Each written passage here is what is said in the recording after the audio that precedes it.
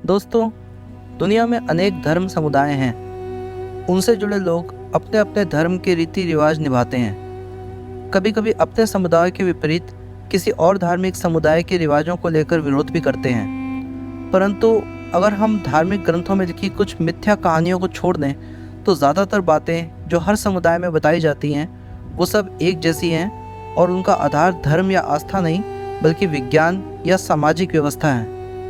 मैंने काफ़ी पहले एक वीडियो बनाया था जिसमें दिखाया था कि चाहे आरती की थाली हो या मंदिर की घंटी हो या कंडा हो या दरगाह की मोरपंख वाली झाड़ू हो, गुरुद्वारे की चौर हो या चर्च का क्रॉस, इन सब के पीछे एक चीन की आध्यात्मिक चिकित्सा विज्ञान का आधार है जिसे रेकी कहते हैं।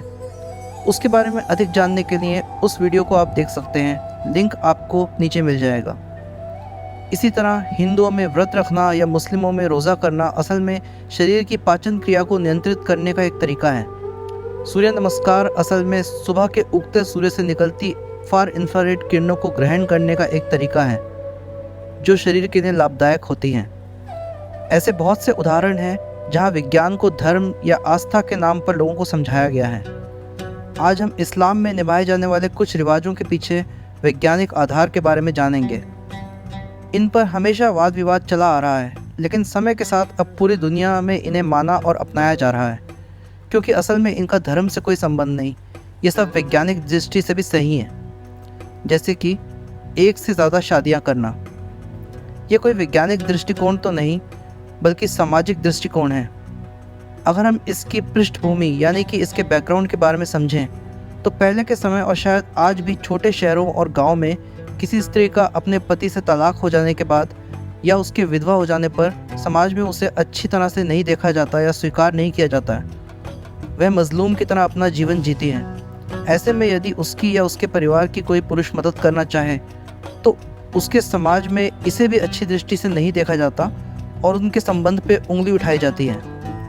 इसलिए इस तरह की लाचार औरत को और उसके परिवार को सहारा मिल सके, उसके बच्चों को पिता का नाम मिल सके और समाज में वो फिर से सर उठाकर जी सके, इसलिए उसे फिर से शादी करने की अनुमति दी गई थी। और क्योंकि पहले के समय में कोई भी अविवाहित पुरुष किसी विधवा अथवा किसी तलाकशुदा औरत को अपनाए ये संभावनाएं कम थीं, इसलिए उसे किसी शादीशुदा पुरुष से दोबारा शादी करने की इजाज़त मिली हुई थी। ये कोई ऐसा रिवाज नहीं है जो करना ज़रूरी है। आजकल ज़्यादातर मुस्लिम लोग एक ही शादी करते हैं, लेकिन क्योंकि इस्लाम में इसकी इजाज़त दे रखी है इसलिए एक से ज़्यादा शादी करने पर कोई मनाही नहीं है।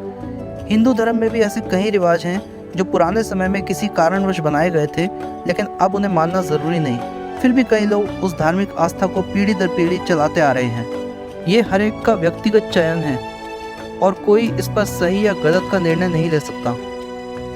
मुस्लिमों के ज़्यादा बच्चे पैदा करने पर भी सवाल उठाए जाते हैं, लेकिन ये भी एक व्यक्तिगत मामला है। यदि आप अपने बच्चों को ठीक से पालने की हैसियत रखते हैं तो यह आप पर निर्भर है कि आपके परिवार में कितने बच्चे होने चाहिए। ऐसे मुस्लिम भी मिलेंगे जिनके परिवार में एक या दो ही बच्चे हैं और ऐसे अन्य धर्म के लोग भी मिलेंगे जिनके परिवार में 2 से ज़्यादा बच्चे हैं। इसलिए इसको लेकर किसी को कुछ नहीं कहा जा सकता। हलाल, आज विश्व भर में किसी भी देश में आप तब तक मांसाहार नहीं बेच सकते जब तक उस पर हलाल सर्टिफाइड की मोहर ना लगी हो। यह उस मांस के कीटाणु रहित और खाने के लिए उपयुक्त होने का एक मापदंड है।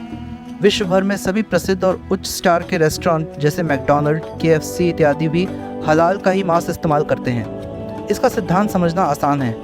हलाल की प्रक्रिया में वेन यानी कि नस काट दी जाती है जिससे पशु का सारा खून धीरे धीरे बह जाता है और उसकी मृत्यु हो जाती है। ये सुनने में भले ही बहुत निर्मम लग रहा है, लेकिन हलाल मांस में पशु के जीते जी सारा खून निकल जाने के कारण किसी तरह के कीटाणुओं के पैदा होने की संभावना नहीं रहती और ये मांस जल्दी सड़ता भी नहीं है। दूसरी ओर झटके से पशु की गर्दन काट देने से खून शरीर में जम जाता है जिसके कारण उसमें कीटाणु और संक्रमण होने के आसार होते हैं। रेस्टोरेंट और होटल में और दूसरे देशों में एक्सपोर्ट करने के लिए मांस को ज़्यादा दिन तक बर्फ़ में स्टोर करने की आवश्यकता होती है, जो कि झटके से काटकर तैयार किए गए मांस में मुमकिन नहीं होता। इसलिए आज पूरी दुनिया में कहीं भी जाएं, वहाँ रेस्टोरेंट, होटल और मांस बेचने वाली दुकानों पर लिखा रहता है कि वहाँ बनाया जा रहा मांस हलाल सर्टिफाइड है।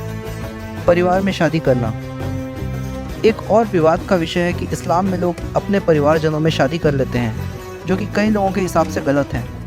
उनका ऐसा मानना इसलिए है क्योंकि आप अपने भाई बहन के साथ जो रिश्ता रखते हैं उसमें शारीरिक संबंध बनाना नैतिक दृष्टि से गलत है, परंतु असलियत में लोग ऐसा इसलिए सोचते हैं कि वैज्ञानिक दृष्टि से भी सोचा जाए तो एक ही परिवार के लोगों का डीएनए एक समान होगा। तो एक ही डीएनए वाले लोग यदि आपस में संबंध बनाएं तो उससे कई सेक्स संबंधी समस्याएं हो सकती हैं और उससे होने वाले शिशु में भी शारीरिक या मानसिक समस्याएं हो सकती हैं। लेकिन अपने वास्तविक परिवार यानी कि अपने माँ बाप और सगे भाई बहन को छोड़कर किसी दूर के कज़न या रिश्तेदार से शादी करना इस्लाम में ही नहीं दूसरे धर्मों में भी होता है और दुनिया के कई देशों में हो रहा है। असल में इसका धर्म से कोई संबंध है ही नहीं। हिंदू और अन्य धर्मों में भी ऐसी बहुत सी घटनाएं देखने को मिलेंगी जहां दूर के रिश्तेदारों में शादी हो जाती है। यह भी महज किसी का व्यक्तिगत फैसला है, इसलिए इसे धर्म से जोड़ा ही नहीं जा सकता। क्योंकि यदि वैज्ञानिक दृष्टि से भी देखा जाए तो पहले पृथ्वी पर जब आदि मानव का जन्म हुआ तब रिश्तों जैसा कोई विचार था ही नहीं। तब सभी ने सभी के साथ शारीरिक संबंध बनाए होंगे, जिस हिसाब से हम सभी कहीं ना कहीं किसी न किसी के साथ जुड़े हुए हैं। खतना इस्लाम के इस रिवाज को लेकर सबसे ज़्यादा वाद विवाद होता आया है। खतना यानी कि सर्कमसिजन, पुरुष के लिंग के ऊपर की खाल को आगे से हटा देना। अब सवाल ये है कि ऐसा क्यों किया जाता है। लोग कहते हैं कि इससे संभोग करने की क्षमता में वृद्धि होती है, जो कि कितना सच है ये कहा नहीं जा सकता। लेकिन समय के साथ ये रिवाज दुनिया भर में फैल रहा है और आजकल डॉक्टर भी इसकी सलाह देते हैं। लेज़र से दर्द रहित सर्कमसिजन के विज्ञापन आए दिन देखने को मिलते हैं। असल में लिंग के ऊपर की इस खाल का कोई इस्तेमाल नहीं है, परंतु समय के साथ इसके कुछ नुकसान हो सकते हैं, जैसे कि उस खाल के आगे से बंद हो जाने पर पेशाब करने में परेशानी, संक्रमण या सेक्स करने में परेशानी इत्यादि। ऐसा ज़रूरी नहीं है कि सभी को ऐसी परेशानियों का सामना करना पड़े, लेकिन यदि ऐसा कुछ होता है तो डॉक्टर तुरंत ऑपरेशन के ज़रिए उस खाल को हटवा देने की सलाह देते हैं। इसलिए खतना केवल कोई धार्मिक रिवाज नहीं बल्कि एक वैज्ञानिक प्रक्रिया है। तो आपने जाना कि धर्म समुदाय में ऐसे कई नियम होते हैं जिन्हें किसी वैज्ञानिक कारण या सामाजिक कारण से बनाया गया था। ये ज़रूरी नहीं कि हम क्या माने और क्या नहीं, लेकिन ज़रूरी ये है कि हम जो कर रहे हैं उसे केवल आस्था का नाम न दें और उसके पीछे के असली कारण को जानें। कोई धर्म छोटा या बड़ा नहीं होता, ये केवल आपको आपके जीवन जीने की राह दिखाने के लिए बनाए गए हैं। अब उस मार्ग पर चलना है या नहीं, इसके लिए कोई भी बाध्य नहीं है।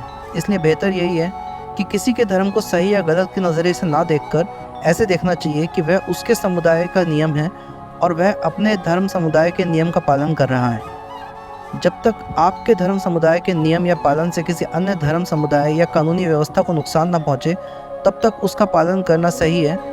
और हिंदुस्तान जैसे धर्मनिरपेक्ष सेक्युलर देश में आपका जन्मसिद्ध अधिकार है।